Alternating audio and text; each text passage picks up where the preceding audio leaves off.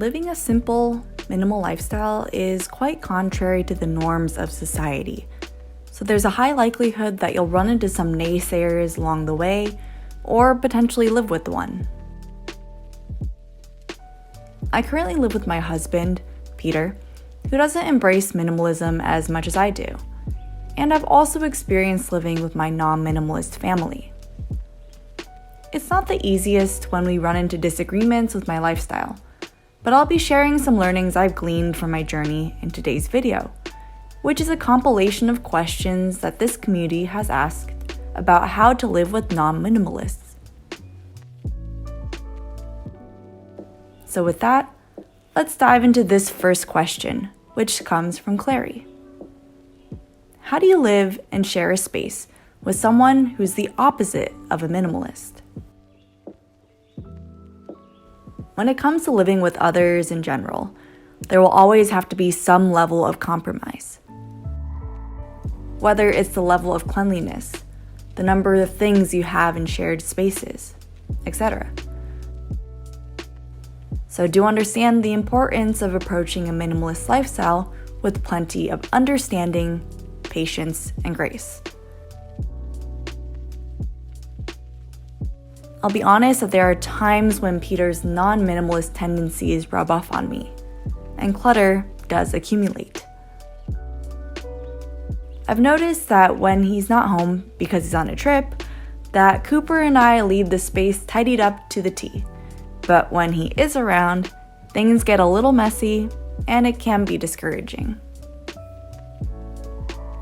So if you're itching to keep things to a minimum, start with the spaces you do have ownership of, such as your wardrobe or the personal belongings in a closet. It's much easier to declutter and organize your things before stepping on someone else's territory or shared spaces. Celebrate the small wins in your realm, and remember not to get bogged down. When you finish decluttering your belongings, before tackling common areas, let's dive into two relevant questions asked by Jocelyn and Winnie.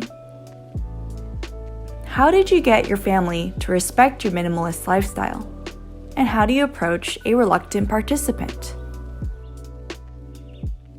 You might receive some weird stares or judgmental comments as you minimize your consumption and belongings. But know that change is difficult for anyone. I wish there was a magic switch we could all flip to help solve these hiccups along the way. But the reality is that we're dealing with fellow human beings that need respect and time. I mentioned this in previous videos, but my advice is always to lead by action. Actions often speak louder than words, so allow your habits to spark conversation. Oftentimes, when we are too vocal with our opinions on what we think others should do, it leads to tension, conflict, and refusal to change. Everyone has their unique way of being persuaded, but I do find that minding your own habits, consumption, and belongings is a much more respectful way to do it than piling that expectation on someone else without giving them time to process. In time, you may find that they'll begin to see some benefits of your lifestyle, so allow those moments to come spontaneously, and hopefully, they'll learn along the way and also seek to make some changes in their own life. When it comes to a reluctant spouse, child, or roommate, do be patient. Every individual will respond differently to change, so you may need to figure out what works for them. And ultimately, if they aren't willing to change, you may need to respect their decision and give it some time before trying again. In my own life, I've noticed how Peter has begun to see the benefits of minimalist living and understand why I live this way. As he observed my lifestyle for the past few years, we were able to have more open conversations and reflections about the importance of minimizing consumption. Of course, it's not perfect, But if your family or peers are starting to catch on and are beginning to understand, do support and encourage them to take those small steps forward, no matter how small they are. Again, remember that each individual is different. We'll need time and a clear motivation to make any change.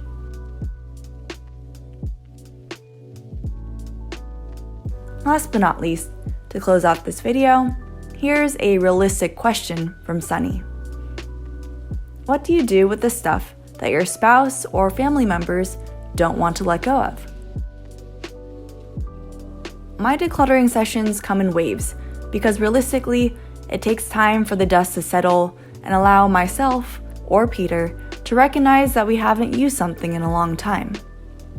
So in reality, I find it okay to take time with decluttering. In the meantime, focus on limiting unnecessary consumption so more stuff doesn't come in. When it is time to declutter and organize, Peter has found that when I put some belongings he hasn't used in a while and set them in a box to the side for a few months, that he often realizes sooner or later that he doesn't need it. We have a corner in our hallway at the moment that has some previously decluttered items that I haven't decided to donate yet. So it's in the transition to leave our home, but not quite, just in case, if we do want to take something back. More often than not, it's a good safety net for reluctant spouses or family members, but it may help them recognize that in a few weeks, that they're perfectly fine without that one thing they're desperately clinging onto before.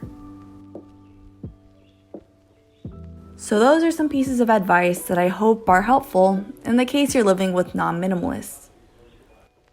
Above all, please be patient and kind with yourself and others because minimalism is a journey, not an end destination. It's a constant mindset shift that takes practice, and we all need time to process. I hope you enjoyed this first minimalism Q&A where I answer your specific questions on minimalism based on my experiences, and I look forward to making more in the future as well. Thanks for watching and supporting this channel, and I hope you're encouraged to continue on with living more simply and sustainably.